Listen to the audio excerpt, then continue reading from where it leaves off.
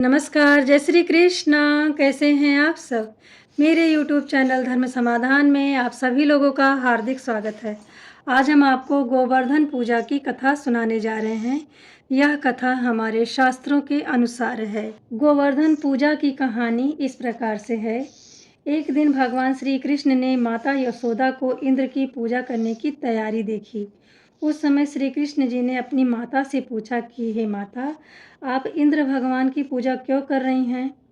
भगवान श्री कृष्ण के प्रश्न करने पर माँ यशोदा उत्तर देती हुई कहती हैं कि सारे गांव वाले और मैं खुद भगवान इंद्र की पूजा इसलिए कर रही हूँ ताकि उनके गांव में बरसात हो सके।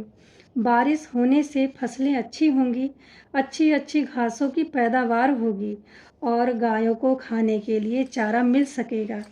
अपनी माता के इस बात को सुनकर भगवान श्री कृष्ण कहते हैं कि माँ, अगर ऐसी बात है तो हमें इंद्र भगवान की जगह गोवर्धन पर्वत की पूजा करनी चाहिए, क्योंकि इस पर्वत पर जाकर ही गायों को खाने के लिए घास मिलती है।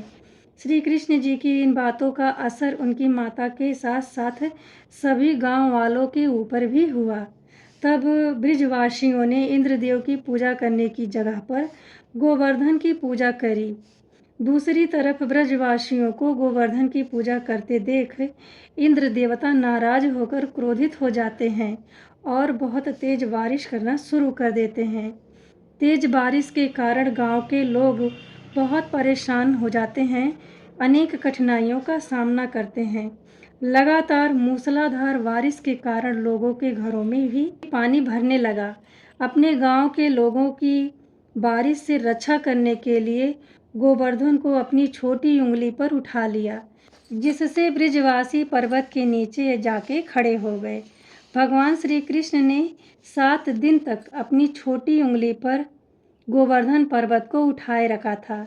जब इंद्रदेव को पता चला कि श्री कृष्ण भगवान श्री हरि विष्णु के ही रूप हैं, तो उन्होंने अपनी गलती को क्षमा मांगी और उन्होंने तत्क्षण बारिश को रोक दिया।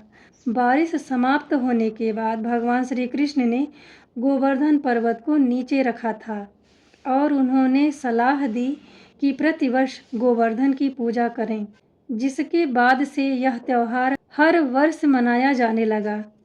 7 दिन भगवान श्री कृष्ण भूखे प्यासे थे, उन्होंने भोजन नहीं किया था। माता यशोदा भगवान श्री कृष्ण को 8 बार भोजन कराती थीं। 7 दिन भोजन न करने के कारण जब उन्होंने पहली बार उन्हें भोजन कराया तो 56 भोग लगाए। 56 भोग भी लगाने की प्रथा गोवर्धन जब भगवान ने उठाया था उसी समय से प्रचलित है। गोवर्धन पर्वत की आराधना को अन्नकूट पर्व के नाम से भी जानते हैं। गोवर्धन पूजा में गोवर्धन पर्वत की पूजा करनी चाहिए। यह दिन संदेश देता है कि हमारा जीवन प्रकृति के ही सहारे है, प्रकृति पे ही निर्भर करता है, जैसे पेड़ पौधे, पशु पंछी, नदी और पर्वत। इसीलिए हमें उन सब को धन्यवाद देना चाहिए जो हमें जीवन यापन करने में सहायता देते हैं। भारत देश में जलवायु संतुलन का विशेष कारण पर्वतमालाएं और नदियां ही है।